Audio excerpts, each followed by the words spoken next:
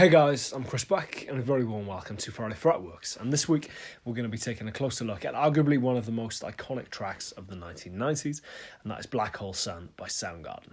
Now, I'd be lying if I said I'm super familiar, well, I'm not super unknown with Soundgarden, but by the same token, they're not really a band that I've ever kind of dug into in any great detail, which I guess is unusual given I'm a huge fan of Audioslave and a lot of Chris Cornell's solo work, but for some reason, I've never really dug massively into Soundgarden. However, as I said in the intro, there's no arguing that Black Hole Sun is one of the most enduring tracks of the last few decades, and really has left his mark, as did Chris. Now, this came on the radio recently and intrigued me to the extent where I wanted to dig into it a little bit further. It was actually one of the first ever tracks in Drop D that I learnt going back a few years now, and couple that with the fact that the descending part in the verse always intrigued me just because they were a little bit of a kind of nightmare chord shapes to get your head around as a 13 or 14 year old.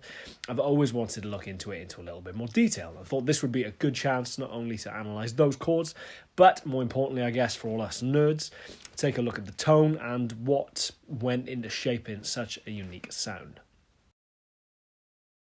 So the first thing I noticed about this track when really trying to replicate the sound is the tuning.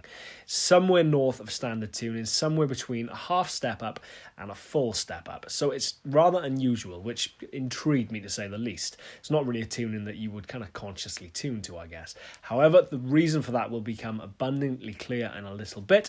And for me, at least, is one of the reasons why out of all these how they got the tone videos that I've done, this has really been the one that has flummoxed me most and proved the hardest to really nail.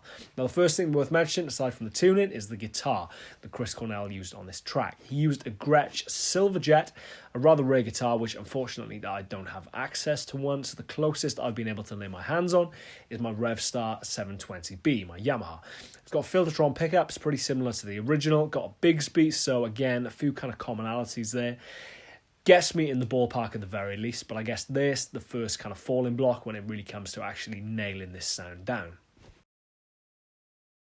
Now, the next element to really nailing this recording is going to be amplifiers. Now, thanks to a fantastic interview conducted by Warren Hart that is available on his YouTube channel with Michael Beinhorn, the producer of this record, there's some really fantastic bits of information available out there in regards to not only the gear that was used on this recording, but also the techniques that they employed. And in that respect, it's very common knowledge that the two amps that were blended together were a Marshall JMP50 through a 4x12 cab and a Mesa Boogie dual rectifier through a 4x12 cab. Now, to try and emulate this, I'm using Guitar Rig within Logic as usual. I did try and blend the JMP emulation with the Mesa Boogie, but I wasn't really getting the kind of results that I was particularly after. So I've decided to just go for the JMP on its own to see how close I can get.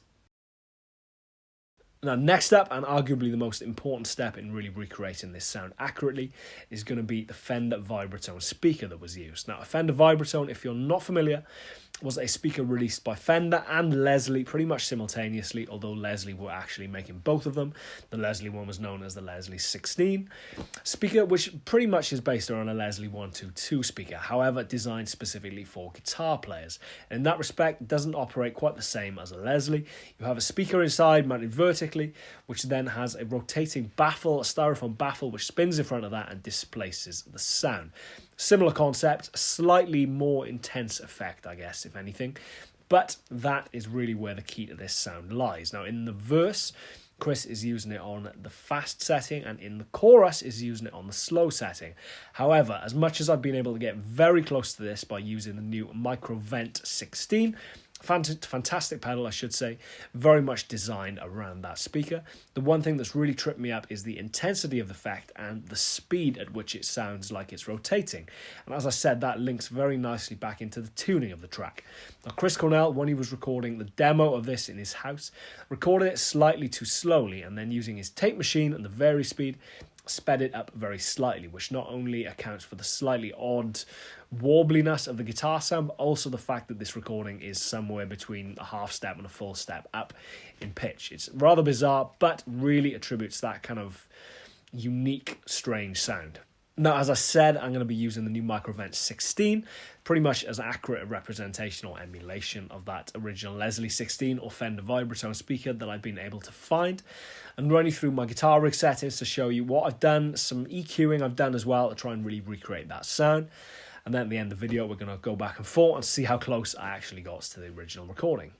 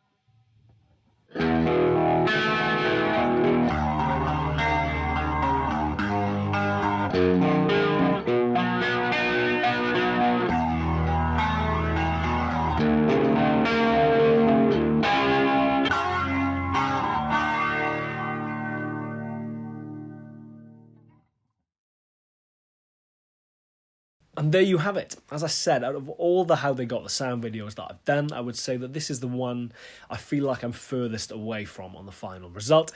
Still in the ballpark, but undoubtedly a few elements which just really contribute to not being able to quite nail it, I guess, ultimately. None more so than, obviously, the guitar model, not being able to access that model. Couple that with the fact that the recording was then sped up, or at least the guitar tracks were, to match the original demo recording, giving it that kind of strange sound. There's a few elements on this which really contributed to just being kind of unobtainium, I guess, when trying to nail that sound. But as ever, a massive thank you to watching. I'm Chris Buck, this is Friday Fretworks, and I shall see you next week for another episode. Cheers, guys, take care, see you soon.